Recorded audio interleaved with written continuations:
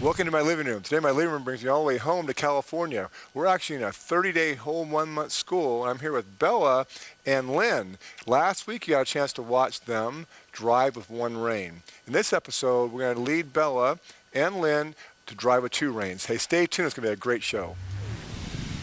We're here with Lynn. You met Lynn in last week's episode. I'm going to show you how I put this ring rope on Bella and how we're going to go through a task here today and get our horse prepared for two reins here. I've got this ring rope around Bella's neck. What I'm going to do, I'm going to turn the rope over to her, and I'm going to show you some things we'll do in preparation to get our horse prepared for two reins. So I'll go ahead and take Bella here. You take this rein here, Lynn. And what I'm going to do, I'm going to actually sit up on the fence. Well, I'm on the fence here holding Bella, working with Lynn. Now, some of the best horses I've worked with in my career have been horses that I've been taught to drive and actually can pull like a buggy or a cart. And a horse that can handle a lot of pressure behind them, they are very, very, very prepared, for obviously to ride them, a safer, more reliable horse. And they've been able to overcome a lot of fear, like things going on behind them. So I can see we aren't using blinders right here. A lot of times you see through tradition, we'll put blinders on horse to stop him from seeing things that's going on behind him. I want my horse to see everything that's going on behind him. Okay, this is why we're doing this, to get a horse thoroughly prepared before we ride him, not only to mention the reasons why to get him better balanced and beautifully transformed before our eyes when we're on the ground driving him. A lot of practicality before this task. Now, I want to have Lynn back here with a rope, tossing this rope from left to right, almost like playing jump rope behind her horse, to get her horse prepared for her being back there, making sudden moves and so forth. Now, no going on your horse is a coward, a claustrophobic, a prey animal, can do a quarter-mile run with no thought. His instincts are fight or flight, and we're going to keep the pace very slow. We're going to prepare him, position him, reward him for every small change, the slightest try, and always let the rest be longer in the work. You've been following this series, you're going to kind of see the technique is going to be a little different of how we're doing this, but the principles always stay the same. By rewarding your horse for your smallest change, the slightest try, letting the rest be longer in the work, and understanding their nature and communicating with their nature. So let's go ahead and try this, Lynn. Why don't you step on back there, so you're on the left side here, and just see if you can kind of get a little further back. And if we can actually maybe like play jump rope a little bit here with her. Just kind of so you can kind of toss that rope as if you're playing jump rope. Okay? And we'll let her move around here a little bit. Now we're both in her left eye here. And Lynn, she's pretty good with tool management here. To really kind of get used to that rope kind of spinning around like that. That's really, really nice. Now when obviously my horse is relaxed to this, you just kind of go ahead and stop. Maybe kind of walk over here more where I can kind of see you a little bit further over, a little further over. Now we're both in her left eye. Now your horse has got a blind spot. Now a lot of times these horses get fearful of you passing through that blind spot. So we're going to get our horse really used from us going in and out of this blind area. So when we go from this left eye to the right eye, we want our horse getting really solid, that rope going back and forth, and that's meeting there. When the horse doesn't go, I'm scared. So just gently kind of toss that rope over her back there. Okay, now come on over here now. Now we're both in the right eye. And why don't you go ahead and play jump rope over here for me. You're doing good.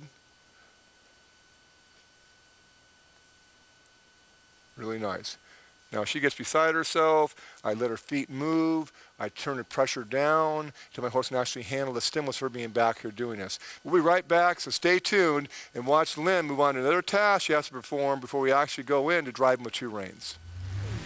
I think of it kind of as couples therapy for me and my horse. It's an investment, so it's something that you can have always and always be able to refer back to, so it's kind of invaluable. You could take lessons every I'm here with Lynn and Bella. We're going to go ahead and demonstrate another task you want to have solid before you actually move in to driving with two reins. Now I'm going to be out in front of Bella here, leading her around the corral. When I stop, I want her horse to stop. But I want to break down this task in a step-by-step methodical way where you can actually get some great skill from this, from this task we're showcasing. So I want to walk Bella out here, and Lynn, she's going to go ahead right along with me here. She's on, the rope's on the outside of Bella's hip, and Lynn is in the left eye.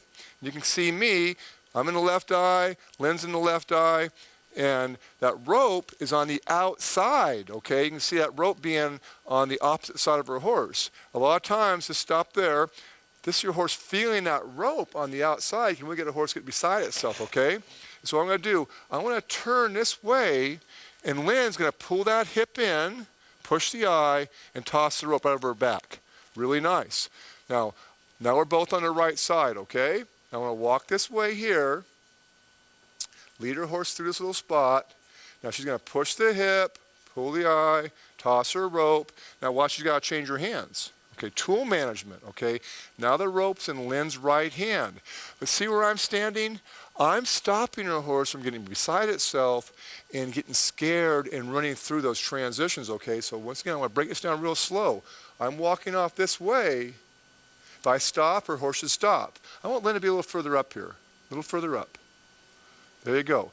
Now Lynn is going to perform this task without me being here eventually, okay? So I want to break this down. Now if Lynn was in the crowd by herself, I'd ask Lynn to push her horse's eye, pull the hip, okay, give that a try, and then right here, toss the rope over, okay?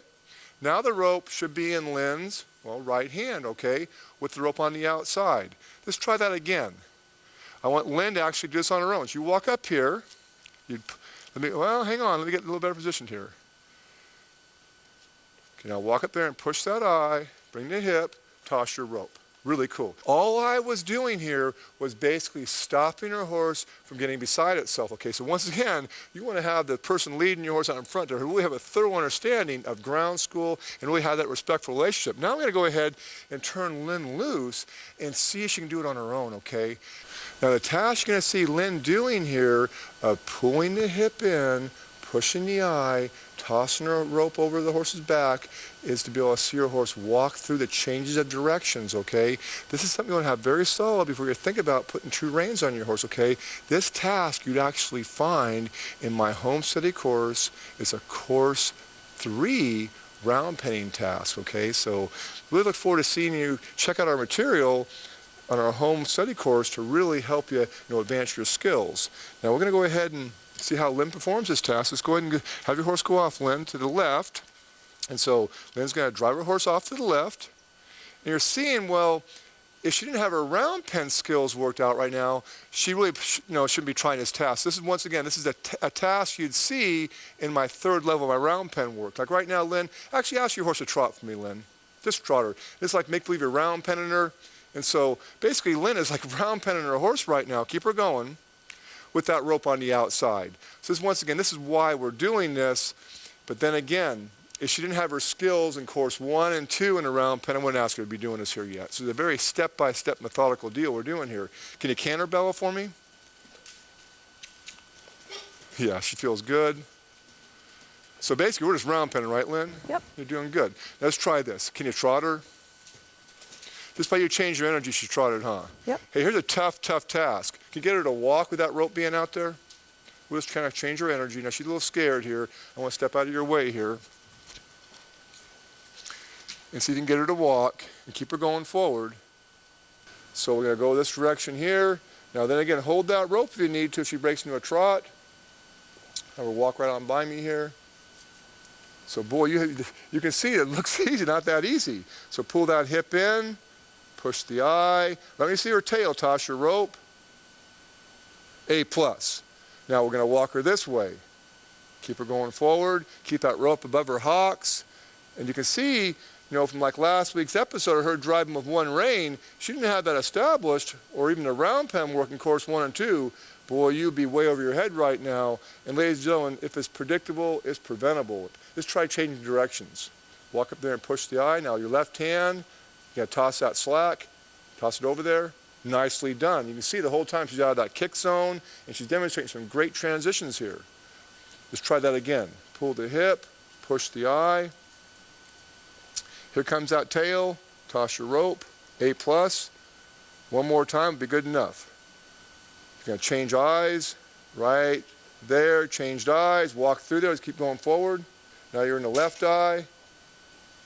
Pull that hip in. Push the eye over. Going to go from that left eye to the right eye. Right there. And you walk through. Just get her stopped right there. Boy, A+ one. We have, Bella now in our snaffle outfit. I'm going to go ahead and run one of my reins right through our stirrup pedal here and actually hand it over here on top of there for Lynn. And Lynn can go ahead and run her rein through that stirrup pedal over here.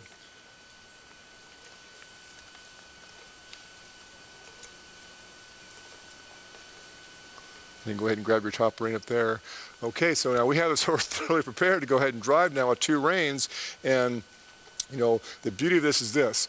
We took the time it took to get our horse prepared for every one of these little, well, opportunities. And the opportunities were for a horse to basically say, no, I can't do it. I'm over my head. I'm scared. So we worked through every little opportunity of our horse to find that resistance, to overcome fear, to get him prepared. And so you're going to see some pretty nice things happening right now. Not a lot of drama, not a lot of dust, because we took the time it took. And so let's go ahead now, Lynn, and just send your horse off to the right, okay? And you can just basically even try this. So send her off to the right, and just kind of think like just go ahead and round pen her for me. Just go ahead and off to the right, and she can move into a round penning position here. Ask her to trot. Ask her to trot. And so right now, she's basically just going to go ahead and trot her horse with those 2 reins on now, because, you know, she got really proficient with 1 rein. Keep her looking to the right here, and keep her trotting. Okay? Keep her looking to the right. And so, boy, Lynn got really, you know, used to 1 rein. Now she has 2, and I really had her focusing on separating that right and left hand to get ambidextrous. So right now, she can kind of just get things going. Now we're just going to try this now. Just kind of just pull the left rein and change directions, and we'll trot her off the other way and get her used to those 2 reins on there and get her to trot here for me. So we're kind of combining some round pen work right now. Get her to trot like you're in a round pen. Keep her looking to the left a little bit. Okay, now bring her down to a walk. And now drop in behind her like you're actually in a buggy and driving her, okay? And get a little closer for me. And stay in that left eye. And just ask her to move forward here. Get a little closer than that for me. Okay, a hair more than that. There you go. And so basically think like you're in a buggy, okay? And kind of step to your right a little more if you could. There you go. And now, here's what I want you to do. Just go ahead and just stop her. Okay, just stop her. Okay. Now watch her position here. Watch Lynn. Now Lynn, just relax your arms. Okay? So Lynn's in a neutral position right now. Her body's turned off. Okay? We do all this work with our horses like in front of them saying, hey, back up, and all this escalation of aid. When I'm behind my horse, it should be the same dialogue. My body's turned off. My horse should be turned off. I put life in my body. My horse knows I'm getting prepared to do something. To make a change, my horse should yield to me from being behind him. Not all this, yeah, stuff like you're watching the movies, okay? That clear escalation. I'm going to ask her horse to go. If her horse doesn't go, her left hand will come out and move to a suggestion. No response, she may encourage him to get him to go. Hey, that forward motion. Once we get that clearly lined out for you to see how that works, you'll see her start moving on to making contact with the reins. When she makes contact, we want our horse to say yes, break at the pole, that position like she's actually pulling a buggy, a nice, you know, bridled up look of a horse, that posture for balance. This, for starters, now Lynn, she's got forward motion, she's in position, she's like sitting like in a buggy or a carriage. Now check it out. When she makes contact on Bella, we don't want Bella to go slow. We want to see Bella break at the pole, okay? So go ahead and make contact on Bella there. And right there, Bella's saying, yes, yes, a little discussion, yes, a little more, let go there. Okay, so you saw really clear when she made contact, little small reduction of speed, her horse kind of went, ah, and if she'd have let go and her horse kind of went, ah, we were taught the wrong thing. So you notice that Lynn stayed in position and waited until her horse did this. Yes. This yes gesture. Yes. Vertical flexion means this, ladies and gentlemen. A vertical line here. Horse's nose above the vertical line. Out in pasture by himself, he's fine. View on his back. Want the face to get on this vertical line. That's called vertical flexing. Vertical flexion.